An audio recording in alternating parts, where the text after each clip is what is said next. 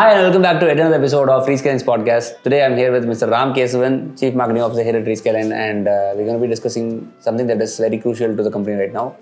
Ram, hi. How are you? Hi. Good. And I wanted to talk about attrition and retention, right? So coming from all the hospitals that you're working in, it's very hard for us to find nurses and labor ward nurses and staff nurses and all these things. And It's not just hospitals, everywhere. Yeah, I understand. No, I'm personally talking to all these people, right? So there is this DMO requirement that is consistently changing. So they just call us and say, like, website, like, I have to change this doctor. Hey, she's not with us no more.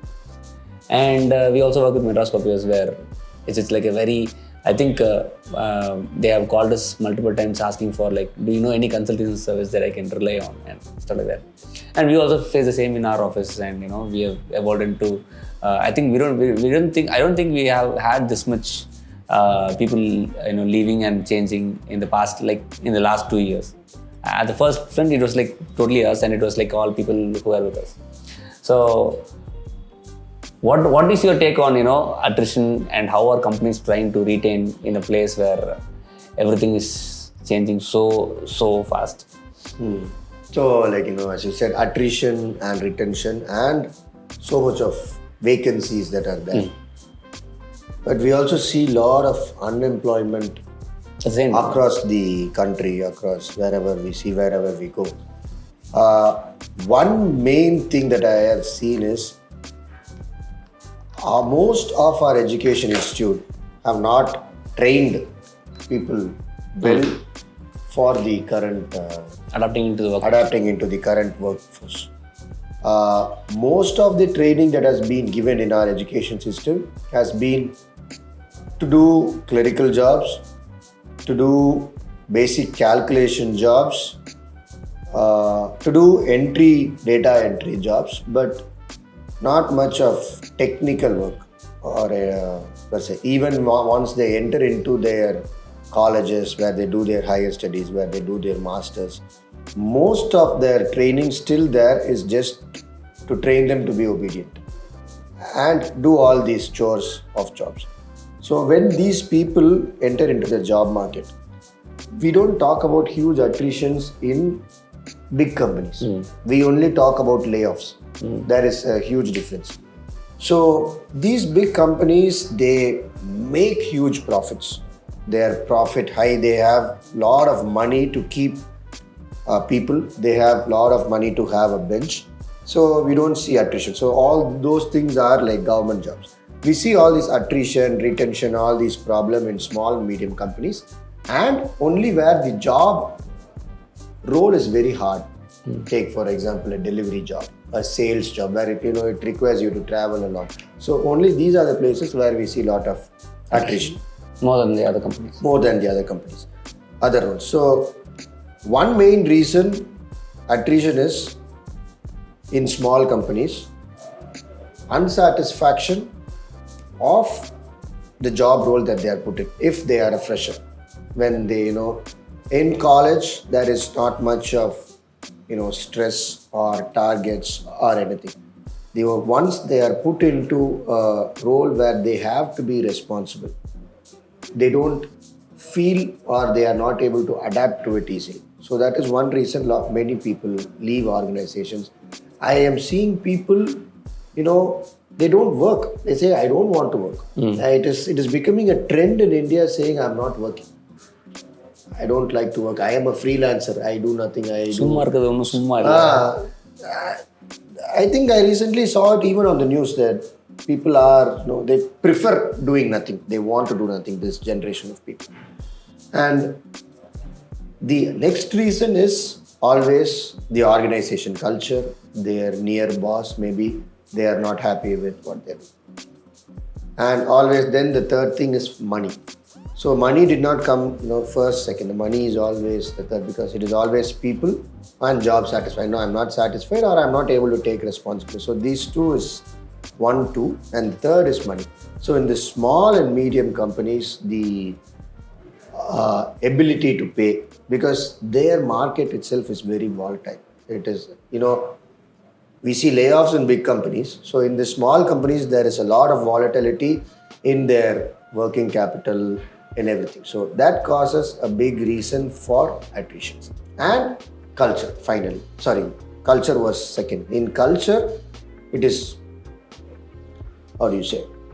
Small and medium companies, they are very strict on targets. Right. You Because have, they have to to grow push, as a company. you have to push, you have to grow, you have to go to that corporate level. So it is going to be very strict. Unlike corporate, we big can be corporates chilling. where you can chill.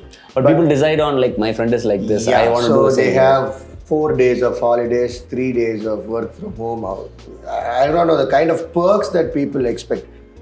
But But that is not everybody- enough for a small company to small sustain company if to they sustain. act on it. Like. Correct. But whenever you see a small company, the one thing that for them to become big, they always try to give policies that these big companies at least want to. They slowly try on policy so that they can also retain talent. They want talent. And one more thing is, small companies, as we said, there is no education, proper talent. Small companies are the place where all these people are trained. Right. And then they go to the next level of, if this person is actually trained, and they are then able to go to a better company For a better role. to bigger companies. So this is one big reason. And as you rightly said, like these corporate companies have a lot of perks that typically the small companies won't be able to afford if they want to sustain in the business. And a lot of people, look at all these Instagram videos and this, LinkedIn posts where like Google guys cycling. Yeah, cycling. Apple and guys table swimming. tennis playing and everything. So I think when we did internship, right? I think I worked for 0 rupees. I specifically wanted to do it for 0 rupees because I wanted to learn. And the only company that came for 0 rupees was Five and Labs that I work for. And right now I see a lot of interns saying like my PG is actually 10,000, so I want 10,000 as a stipend. So it actually works in such a way that right now it is not focused towards work, but to the requirement that what they have. Like we've had multiple people ask for, this is my requirement. So and it is regardless of my requirement of the same. And I remember one person asking, my PG is 13,500, so I want a stipend of 13,500. So, and I said like our internship stipend is this much. That is what we can provide. So it's also a platform where I'm not here to learn or anything like that, but I just want to just fulfill my monthly expenses met out by you. So my job salary is not dependent on what you can offer me, but what I want basically. So, but internships have currently become the way to identify talents. Yes. I personally believe. I think we live by it, I guess. We live by it basically. Yeah. So from our experience, so one thing is, just through internship we would be able to identify talents rather than going to colleges and recruiting, because it is easier. These people come, they are going to actually work with us for some time, and you will be able to identify whether you want this person or not want this person, whether they are going to will be able to sustain in our culture, will be able to add value to our culture, will be able to blend within our culture. So all these things only during internship it is easy. And bringing in a new person who has hiring a new person who has done nothing, knows nothing, and then you tell them you are part of this. It is going to be the transition for them, and the existing team is going to be really hard. But when it is an intern, it is the duty of the intern to try and talent blend. Yeah. Now it does not become the duty of the person whom we are hiring. It becomes the duty of the HR or of the company to make this transaction between the new and the old to merge blend together and work together, and put the company culture in the middle, half so that and front, and it does not collapse. They flourish and do everything.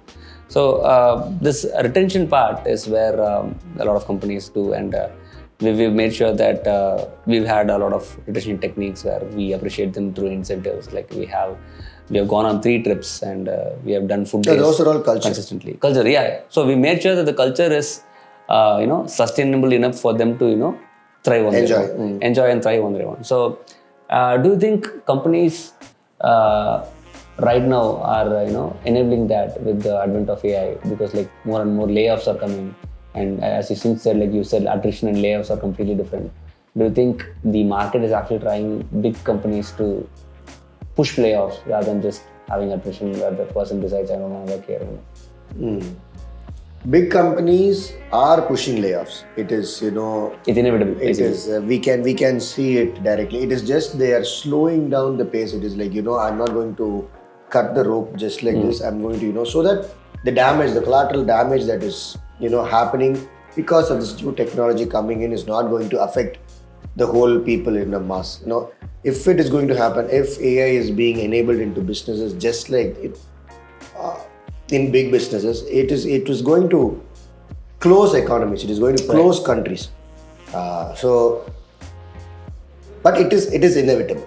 But it is going to happen slowly. It will happen slowly, but not more than 5 years. Right. But companies will slowly let go of people who have not been part of this new technology, Right. who are into this technology and whom their work has been able to replace this technology. It will slowly go, like as you said, nurses, Right. or in hospital.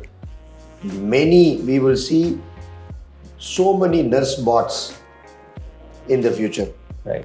The number of nurses will come down. We will have a lot of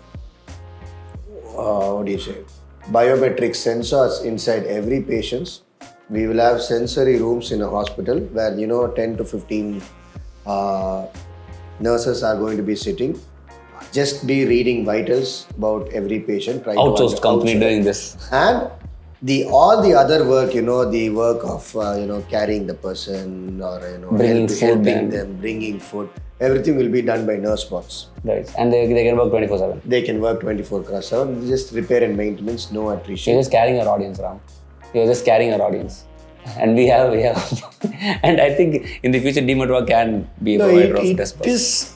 It will happen. It has to, and why it has to happen is human being has a species, we are quadrupling our numbers and so many things. And I just read a recent report about China's population drop, and the main reason that the Chinese government is giving is the economy. So if economy is the reason why human beings do not want to repopulate, us being a species itself is invalid. The main reason why a biological species should survive is to repopulate, is to reproduce. But now we are terming something that human beings created. It is a superficial thing, the banks, the money, everything is so superficial, and the concept of survival is being pushed back. So to sustain this huge population in a very economically sustainable way, you can have robots that are going to be just running on renewable energy. Right. You don't need so much of food for robots, and so you can multiply as much as you want and being taken care by robots. Right.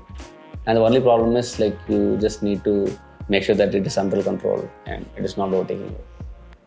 That is something that we need to be scared That about. is, you can never control. If chaos has to happen, it will happen. And like always, the discussion is robots, even if they are going to go above humans, they are not going to care about humans. Right. We will still be surviving. It will also still be. Even now it is surviving. It is living. It is in its nascent stages. Once it gets its, you were talking about super intelligent. ASI. Artificial super intelligence. Artificial super. So once all these things are going to come, it will live its life. Yeah. Its digital life. I read another article recently where people said our DNA is codes, basically. Now, the way how it was taught to us in college, it is sequence of phosphate bonds. But now, the way how they are looking at it is codes, like how we write code. computer code. It is. So you can make something on your own. It is a digital code that is. They say it is a digital code That is replicable. that is inside you. Right. So the amount of things that we will be Able to discover. exploring about ourselves through the supercomputer is also going to be huge. Massive. And what it is also going to get from us is also going to be huge. Right. And as of this recording, I think there are about 20 companies that are manufacturing robots. So maybe in the next year when we do another podcast, let us understand how many companies are producing, because Boston Dynamics went from a small company to producing Atlas, which is a robot that is like working 360 degrees and it can help with the pace. And with the advent of ChatGPT and everything put together, it's actually, it's decently performable. But in the next 5 years, we'll have to see how the progress is going. So coming back to attrition, and I think what you're saying is that there's going to be attrition. It's always small companies that I went to another company recently. So the owner of the company was like, first thing that she said was, I do not want to have a fresher. It is an accounting role. I do not want to have a fresher. I want to have a person who is experienced. I'm ready to pay the industry standards. Then the next thing that this HR guy was saying, there are some freshers ready. Can I bring them in? Then she said was, if it is a fresher, I'm okay. I'm okay with training the person. But I am not okay with the hike that this person is going to ask.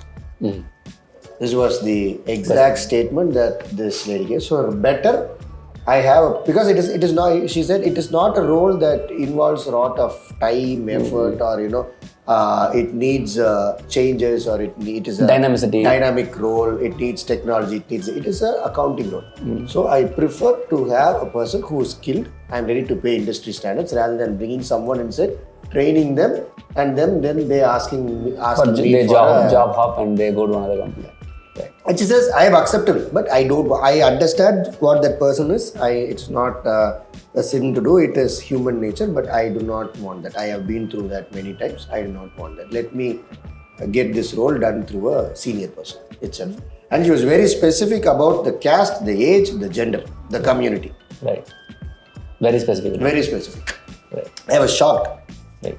That's a different topic to dwell on. But yeah, I think with this, we can end this episode. And there's a lot of stuff that we have to talk about attrition and user retention. We'll have a separate episode on that.